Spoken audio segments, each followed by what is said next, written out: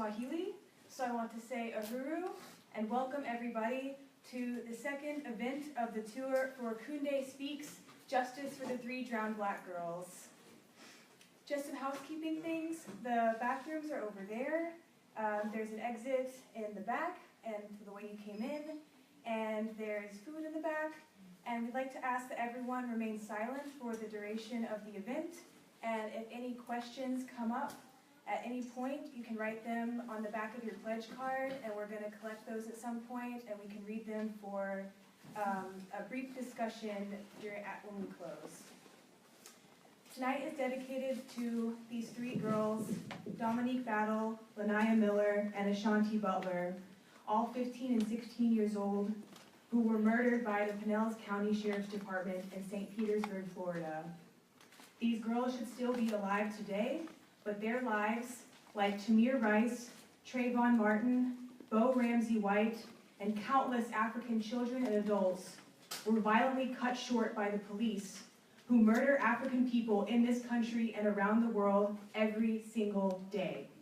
This event, this tour, and this campaign for these girls are part of a crucial struggle to end this police genocide once and for all, with concrete solutions and a strategy which we will discuss tonight.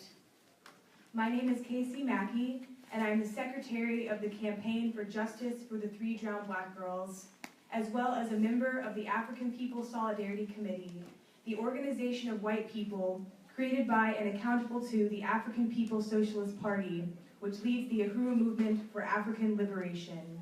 I'm also a member of the mass organization Uhuru Solidarity Movement, whose Boston chapter is hosting this event tonight.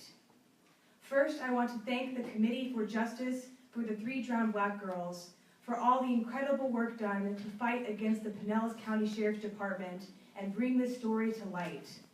This committee has been organizing for over a year to win justice, and now has built a 4-city tour under the leadership of our committee chair, Eritha Akile Canyon, a fierce leader in the African People Socialist Party and future St. Pete District 6 City Councilwoman. She would be here today, but her campaign for City Councilwoman needs her in St. Petersburg. In her place, we are very honored to welcome Kalambayi Andenet, the International President of the International People's Democratic Uhuru Movement, or IMPEDUM.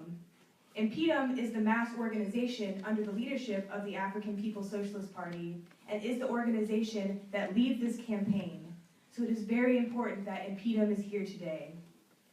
This tour is a critical part of this campaign to raise resources for the legal fees and win our demands for justice in the form of the immediate resignation of Sheriff Bob Gualtieri, criminal charges brought against the Pinellas County Sheriff's deputies, reparations to the families of Dominique Battle, Laniya Miller, and Ashaunti Butler, and Black community control of the police. This tour is also to raise up Kunde, this African woman, the most downtrodden sector of the human population, who has taken a stance to fight on the front lines for the liberation of all African people. Kunde is the mother of Dominique Battle. Not only are the demands of this campaign revolutionary, but emerged from this tragedy is a revolutionary freedom fighter, and that's what sets this apart from any campaign. It is also an event to expose the horrific slander campaign about these 3 girls and their families and the disgusting lies concocted by Sheriff Bob Gualtieri, the Tampa Bay Times, the Huffington Post, and other mainstream media who publish white nationalist articles claiming the girls stole a car and that the police did everything they could to save them, even though all evidence exposes these claims as blatant lies. The Tampa Bay Times put out a series called Hot Wheels, claiming that Black children stealing cars is the biggest threat to public safety. These are ugly and vicious attacks on an entire community. Such attacks have a long history, and as a white person, I refuse to be complicit with a system that not only murders African people in my name, but puts out this slander in my name to try and win my support? No. White people who want to join humanity, we have to take a stand and say, this is not my media. I stand in solidarity with the poor and working class African community, and I hear from them about the terror inflicted on them. So I want to thank members of the First Baptist Church for welcoming this historic testimony we will hear tonight from Kunde Mwamvita, the mother of Dominique Battle, who was murdered by the Pinellas County Sheriffs Department. I want to salute Kunde because she is the fiercest, most brilliant, courageous, bravest fighters I've ever met. Her struggle inspires me every day to be out here talking to other white people like myself of why we have to stand in solidarity with the right of African people to be free from this terror and be liberated and have reparations paid to them. And because of Kunde, my new motto is no excuses. If I get nervous talking to other white people about this, I realize that African people being free is more important than my nerves. So I want to salute all of you who have come out today in Boston. I'm so happy that you are here to have this discussion with these amazing leaders. Once you hear these mothers, you will understand why I worked so hard to get a lot of you out here tonight. I think we can all agree that we live in very serious political times.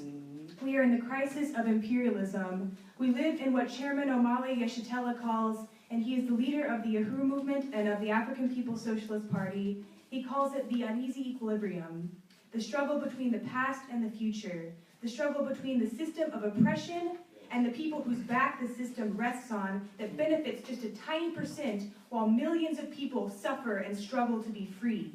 This is a time of resistance when people are rising up and saying, no, you're not taking our oil anymore, you're not taking our diamonds. In the US, we have seen huge resistance against police murders, which we've seen carried out especially in the last couple years, but this has been going on for a while. We have seen instances of the oppressed struggling to be free and liberated from the colonialism inside the United States. And before President Kalambayi lays out this unspeakable, disturbing story, I want to say a little more in terms of background. Like I said, I'm a member of the African People's Solidarity Committee and its mass organization, Uhuru Solidarity Movement, under the leadership of the African People's Socialist Party, which is based in St. Petersburg, but which exists all over the world, organizing African people everywhere as African people, that their birthright is Africa. And everywhere African people exist, whether in Brazil or in the Caribbean or in the United States or in Europe, all African people are outside of their continent because we live in a system built on the enslavement of African people and the theft of their labor and land. And this is something that as white people, we have to open the door and begin to look at this. Look at the world the way it truly is and not as we imagine it to be. We have to look at the world as the majority of people experience it, not as we fantasize.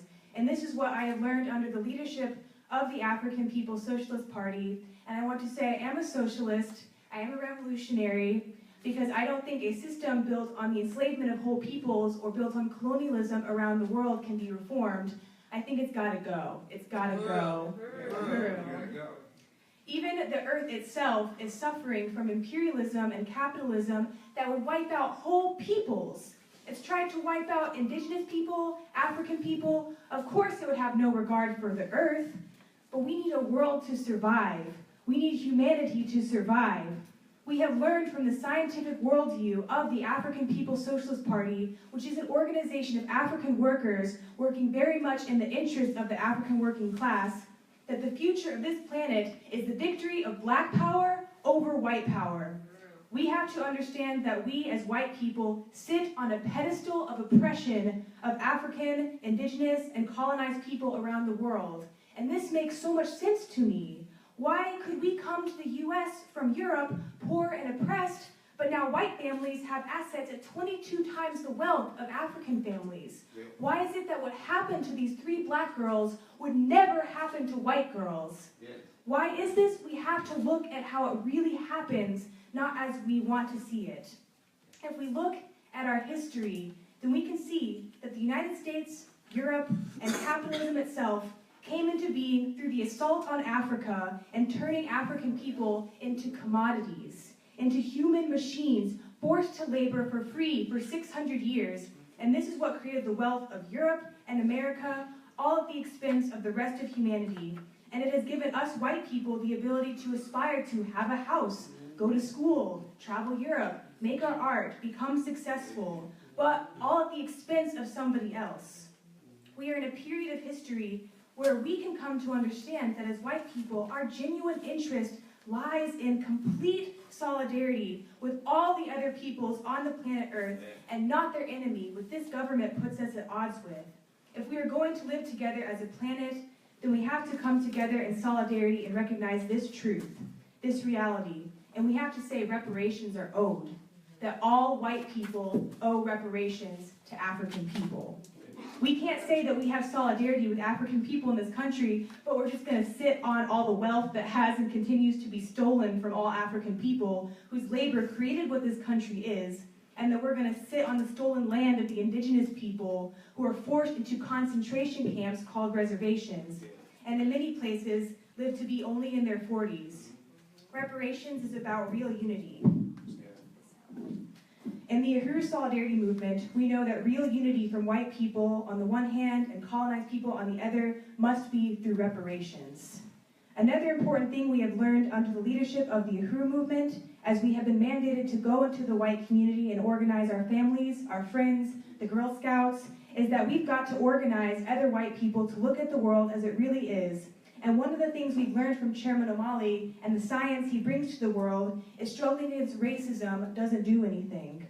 Maybe you have taken a weekend course or paid a bunch of money to see Tim Wise to unlearn the ideas in our heads, but even after the ideas in your head change, nothing has changed in the material world. African people are still being shot in the street, still deeply impoverished, rounded up into prison, while we still live on their backs, living in a system where white people, we can only have life if African people are being murdered, and this is what we're trying to overturn. There are two Americas, there are two realities. It's not enough to struggle against racism. For African people, for indigenous people, there is colonialism inside the border of the U.S., just as hideously oppressive as it is all around the world. The police and the black community is like the U.S. military in Iraq, Afghanistan, all around the world. And we say oppressed people have a right to rise up and fight back for independence and freedom. In the 1960s, there was a powerful movement all over. The people of the world were resisting in China, in Cuba, in South Africa, in Latin America. There was a sense of hope. And in the United States, there was the Black Power movement. There was the Black Panther Party, the struggle of African people, Puerto Rican people, fighting for their liberation. But this movement didn't just end or go out of style. It was militarily crushed by the U.S. government through a counterinsurgency program called COINTELPRO. Just as the U.S. was waging war against the people of Vietnam, it created this violent, insidious program that was responsible for assassinating Fred Hampton, assassinating Malcolm X, assassinating Martin Luther King Jr., pushing Assad Shakur away from our African people into Cuba. And so many other leaders of this movement that we've known around the world struggling not only for the freedom and liberation of African people, but for all oppressed people everywhere. And this counterinsurgency, this war on African people, besides assassinations, took the form of the imposition of crack and other deadly drugs massively dumped into the African community. This is a true historical fact, you can look it up. As part of that, the U.S. government wiped out the ability of African people to have their own economy. We see it in the ethnic cleansing happening all over, euphemistically referred to as gentrification. In Boston, in St. Pete, in Oakland, in Harlem, in Brooklyn, black businesses have been wiped out to build high-rises and condos. And the families who've lived there the longest are dispersed with no community or economic infrastructure of their own and forced into a drug economy, the only thing that would put food on their plates, and then that's the justification for the massive imprisonment of African people. The U.S. has the largest prison population of any country in the world, and 1 out of every 8 people in prison is an African man. Our prison population is 50% African, 25% are Mexican and indigenous, and so 75% of the prison population are colonized people who are sent to prison for things that white people aren't even arrested for. Exactly. And one example of this is now, that the opioid addiction is an epidemic inside the white community because we see no future on the pedestal of oppression of everybody else. The solution is not drugs, it's reparations. Now that there is an opioid epidemic in the white community, You can see the difference in the way the government deals with it. There's no war on drugs, there's no SWAT teams, no helicopters flying overhead, but this is the reality and still is inside the African community. Exactly. So when we're talking about what happened to these 3 girls on March 31st, 2016, we're talking about this whole situation of a community under attack, under siege, under occupation, under colonialism, living under martial law. So as a member of the Uhuru Solidarity Movement, the only organization of white people under the leadership of Black Power as a strategic component of the revolutionary African working class to win their national liberation, the only white organization that pays reparations to the African nation, there's no other path for white people that won't lead us down our 600-year road of opportunism. I'm deeply honored to introduce the president of the International People's Democratic Uhuru Movement, who is also a member of the National Central Committee of the African People's Socialist Party, and a courageous African woman who stood on the front lines of Ferguson during the rebellion of 2014. Yes, give it up. She stood on the front lines of Ferguson during the rebellion in 2014 after the murder of Mike Brown. Kalambayi Andenet, along with all African women at the hands of colonialism, have endured so much tragedy throughout her lifetime. And like our keynote speaker, Kunde Mwamvita, she is an African mother who represents the greatest form of resistance. She is straight from the poor and working class. Her brothers were stolen from her by colonial violence. She has 2 children of her own, yet will stop at nothing to get freedom in her lifetime. That is what the campaign for justice for the 3 drowned Black girls is all about. That this is what it looks like to truly fight for justice for your children. Justice is not an abstract concept for us.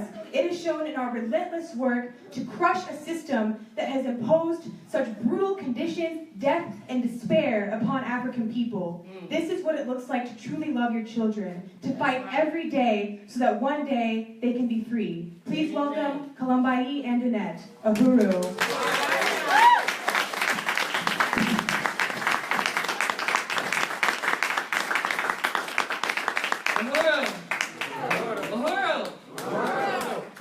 Touch one, touch all. Touch one, touch all. So this is the motto that I live by. All right. When they touch one of us, they have touched all of us. Every single African person in the world, no matter where we find ourselves at, in Ferguson, in Baltimore, in New York, no matter where African people find themselves, we find ourselves in a hostile relationship with the state. No matter how much money we raised or how much money we have got, if we Bill Cosby or Michael Jackson or Beyonce, it don't matter. It don't matter. It do not matter how much money we have achieved, how much fame we have made for ourselves. It don't change the relationship that we have with white power, that we colonize. That's right. That the whole reason why my name was my name is because somebody stole me from Africa. The reason why I speak with this tongue to you right now is a symptom of colonialism. Because everything about me has been stolen and ripped from the seams of me. So it affects my whole family. Yes. So I just want to really appreciate everybody that came out to this event, for getting yourself here, for moving past your whiteness to even come in this room and sit here. Amen. I want to appreciate you for coming. All right. I want to appreciate the local Solidarity chapter for taking on this challenge and understanding that this campaign is one that we have to put out everywhere in the world. That's right. So I really want to appreciate, everybody who worked on this campaign, that made phone calls and got people out. I want to appreciate you for getting me here from St. Louis, Ferguson. That's where I'm born and raised. All right. I'm born and raised in St. Louis. A lot of people that's not from St. Louis, think that Ferguson is like some big town or something, but literally what white power have done is made, I think it's like 97 municipalities in St. Louis. So from one stoplight to the next stoplight, you're in a different county. So I just so happened to catch myself in Ferguson, to be living in Ferguson when Ferguson happened. And like most colonized people, I had my own horror story that I was living in my own life. In 1995, my brother was murdered The sheriffs that came to my house and the detectives came and they smiled and gave my mom the papers to tell us that, exactly what bullet took his life after 27 bullets had went into his body. But the bullet, they told, they said, well, the first bullet in his head, he probably was dead then, but they continued to put bullets in his body. The men that murdered my brother looked like me. They didn't have a ski mask on. They did this in broad daylight. It was eyewitnesses that identified the people that murdered my brother, assassinated him that day. The car that they drove had the license plates on it. The police had the car impounded and gave it back to the owner. He didn't report his car stolen or anything. It belonged to a detective that worked in the St. Louis City crimes unit. The car that these Africans was driving. Before my brother died, he told my mom that they were going to kill him. He knew that he was going to die because, regardless of what somebody want to tell you, drugs is in our community because white power put it there. Amen. And my dad went to Vietnam and he came back with a drug problem. And he could no longer be a man to provide for his family the way he wanted to. So my mom's sons became her man. They became the ones that provided for our family. So my brother went to high school, had a great GPA, played basketball and football, and had a full scholarship, and thought that he could sell drugs just enough to get my mom out the hood into Ferguson. And he did that. But he told the detective that he didn't want to sell drugs for him no more, and the detective had him murdered. And they came to my house and said, it's no big deal. The guys that killed him will be dead in a week. Like that was the solution. In 1997, another one of my brothers was murdered. And my brother was murdered. He was different. He decided to take a different road than my brother Alan. He decided that, I'm going to pick myself up by these bootstraps. I'm going to do really, really good. I'm going to be an extraordinary black man and, get good grades and go to a university and get my degree and date a white girl. The worst decision that he made. This decision cost him his life. He got a phone call from his girlfriend and told him that, my dad is being violent towards me, and he wanted to just show her father that, I know I'm black, but I went to school and I graduated in a week and I already got accepted to, law school already. And, he wanted to show her father that he was a good one, that I'm different than most of the black people that you know.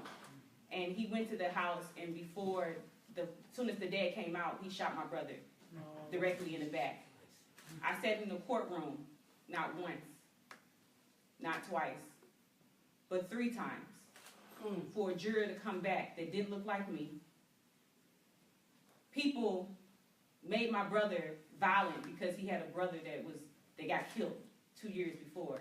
People that told these lies about his life and told these lies about my mom, like she was a horrible mother, that she raised us wrong, and that's why the man had every right to come out the house and shoot him in point blank, even though my brother had no gunpowder, no gun, nothing, but in his heart just to show this man that I'm human. I'm saying that I'm a good man to your daughter, and he killed him, and he walked out the same courtroom as me.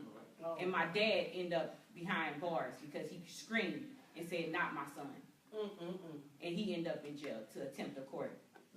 So before August 9th, I had already experienced a lot in my life to understand that, as an African person, the things that I face every day, the only thing that I was ever given by anybody, my parents or any society, of going to an all-white school, the system that taught me to hate myself, that my hair was not right, my color is not right, everything about me is wrong, and what I need to do is try to fit into these people's society the best way I know how.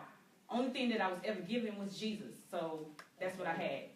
So August 9th happened in Ferguson, and I took to the streets, and I met Chairman Amala Yeshatella.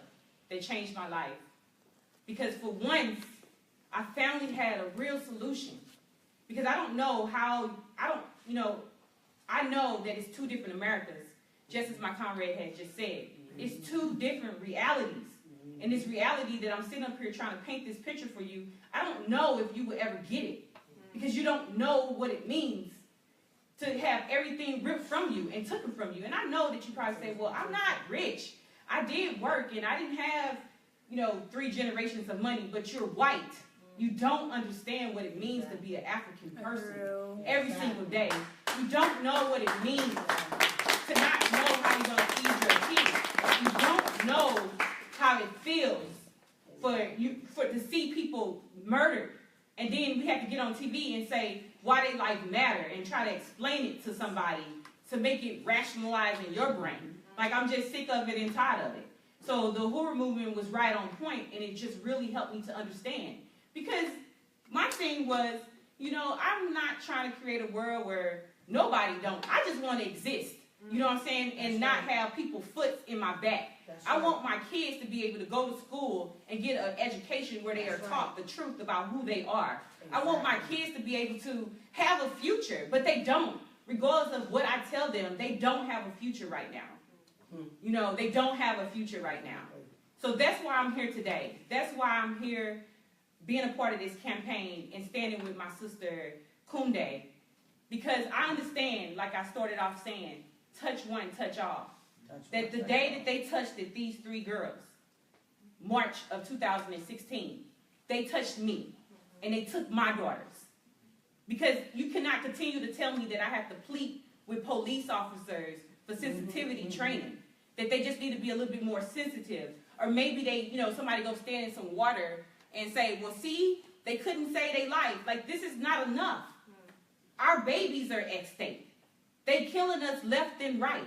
And you don't even have to just be a police officer. You can just be white and just kill a black person and get off for it. It just happened a week ago in Ferguson, where a black boy, 16 years old, went swimming with his friends and got set up.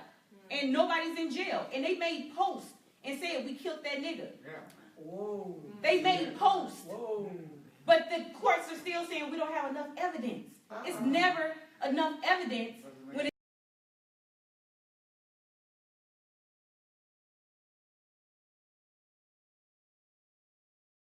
that somebody should be able to kill me and walk away from me. That's crazy. But they lied. These girls did not steal a car. They do not have any evidence that these girls stole a car. But they said these girls stole a car, and the sheriff's department, the Pinellas Sheriffs Department, they jumped in the water, heroic, and tried to save these girls. But then they didn't know that a film was coming out to show them actually standing there saying, do you think they dead? Well, I think I still hear them. And then you hear them quiet, and then you hear them say, yeah, they dead now. They gave them an award. So now they are pleading with people and have the smear campaign to say that this mother, it was a bad mother, and these girls stole cars before. But that's not even the point. The point is, let's talk about that first of all, you stole them. You know what I'm saying? You was guilty before they even got in the car. You was guilty before they even knew how to drive a car when you stole their ancestors from Africa. So first, let's try you for that before you can say anything about them stealing a car. And this case is so important because I know, like in Ferguson, Mike Brown died. Numerous Africans have died all over the world. We constantly keep seeing it. For a minute, I mean, now I think that they have got to the point right now. They say, don't let it go viral no more. You know what I'm saying? Just kill them and sweep it under the rug. Hurry up and give the parents the hush money. We don't even have to see this no more. Like we don't see it. They understand that colonized Africans since August 9th and people, human beings that's tired of living this way, white and black or brown people, the world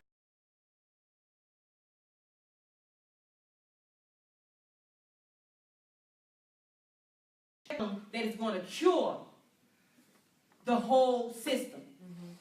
And that means that the only solution is revolution. Kunde is a mother that is saying that, I'm not just going to get on TV and tell you that my child's life matters.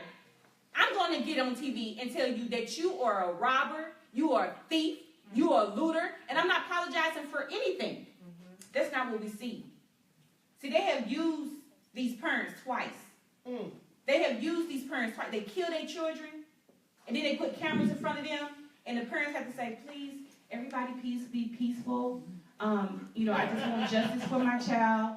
And he got good grades in the 8th grade. Yeah. And he played basketball, and he had a smile that would melt anybody's heart. Oh, yes. This is what we have to do. Like, that is so horrible. But when Billy going to school and blow it up, they bring out his medical records and take him to Burger King. Yeah. But our kids get murdered, and then they the ones that blame. This is madness. But my thing is, I'm here to serve you your papers and let you know. There you go. The Africans all over the world, that's right, are fighting back. Colonized people ain't taking this shit no more. Ooh, Bottom line. I don't care by any means necessary. I will do whatever it takes to wake my people up and get us on the other side of the mountain. That we will be free. That we are not going to continue to let you control the narrative and tell us, listen, you all made it for. You all made it real for that you could go out and vote now. You all made it for that you can sit in the classroom with white kids. No. Until I have self-determination, until no African child is being murdered, until no African child is going to sleep hungry in Africa and wherever we are, I will continue to be on the front lines fighting with every ounce of my being. That's right. So no matter if you join or not, this gonna happen. No matter if you part of the right side or not, this is gonna happen. I'm gonna remember your face because you my comrade, or I'm gonna remember your face because you my enemy. Pick a side. There you go.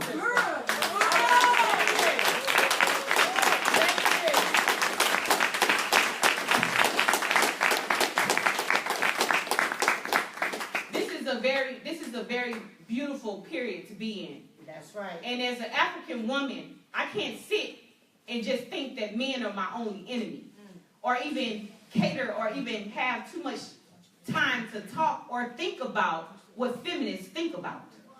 I don't have time to wonder if people have bathrooms to say he or she or thee or he or whatever they want to say. I don't have time for it because my kids are dying.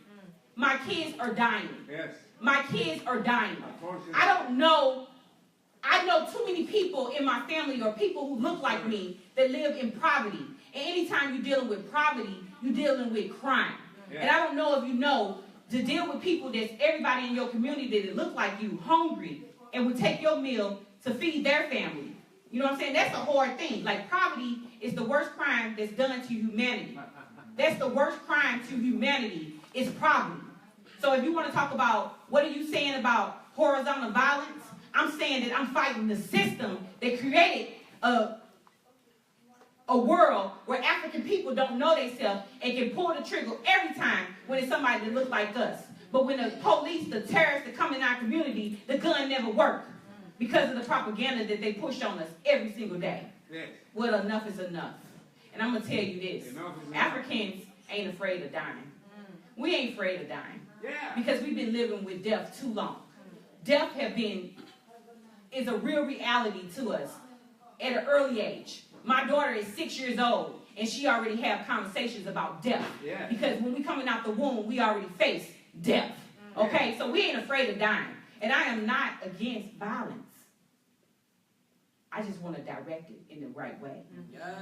I want to be part of the direction to let you know exactly who got our shit and how we going to get it back and how we going to build a world where nobody suffers for another group of people. Yeah. You know what I'm saying? Enough is enough. Mm-hmm. And so I just really want to say that I want to, again, appreciate everybody for coming out and say that it's not just enough to come and hear people talk. It's not enough to move people. Of course not. Like, I don't even care if nobody clap. Like, my whole thing is I want to rip your heart out and make you see that we can't continue to live like this. Yeah. As human beings, as people, we could not care more about a tree and recycling. If we really care about Mother Earth, then we'll care about Black power. Because Africans was living amongst trees and animals for decades before we met white power. And pollution is not happening because they throw trash out in the hood. It's happening because white power don't care about nothing. If they want to roll there, do it. Yep. So we cannot say that we can't figure out how to feed the homeless, but we can figure out how to get to Mars.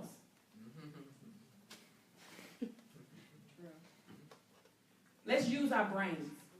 We cannot keep on saying, well, can you prove it?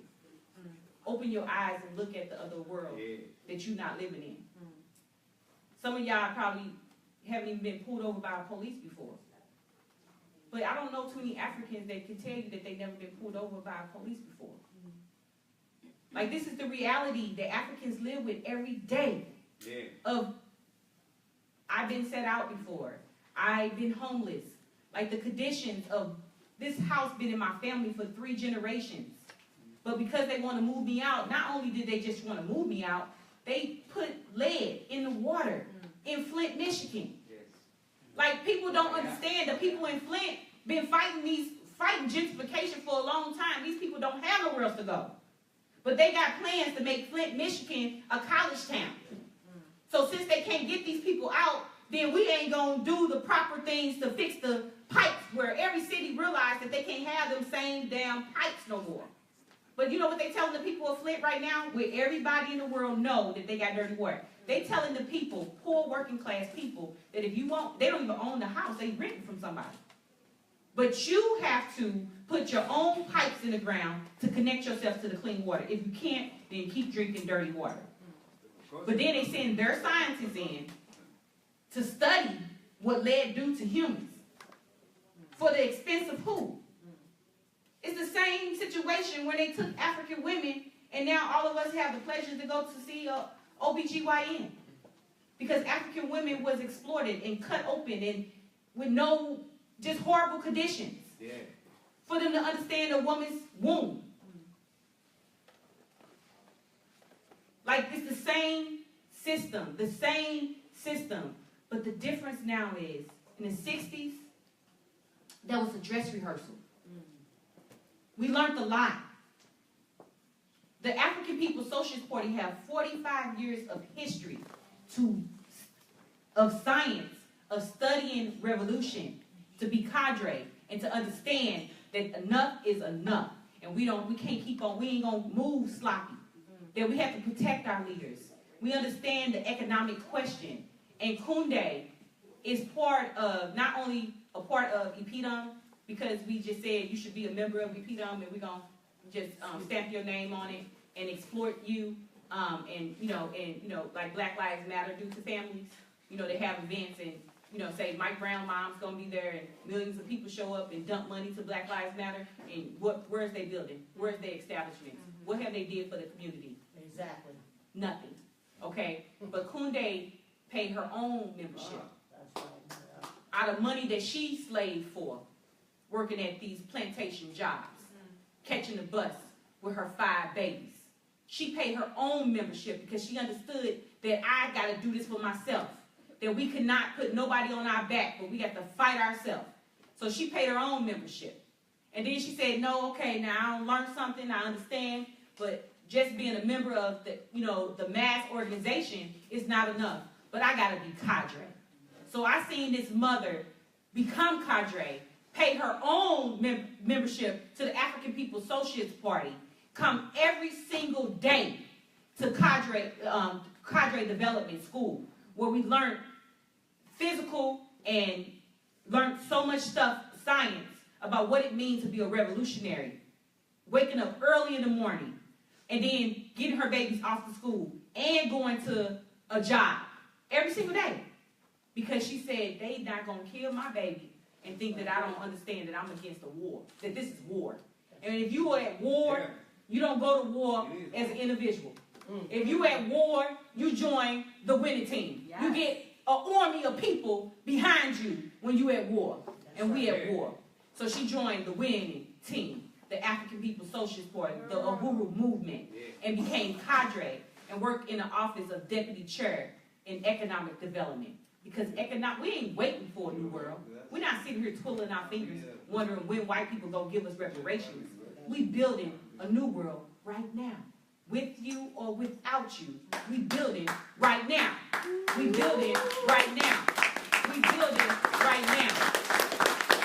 The oldest revolutionary newspaper, Black Power 96, our gym, our Uhuru Foods and Pies, Uzi, which is on the back table right there, an economic development plan to feed, house, and clothe our own people. And Kunde is a part of that whole operation every single day, 7 days a week. That's right. Working at the Uhuru house.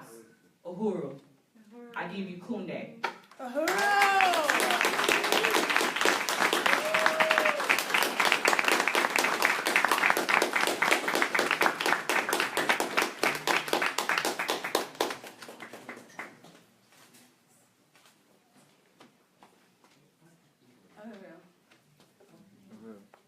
My name is Kunde Mwamvita.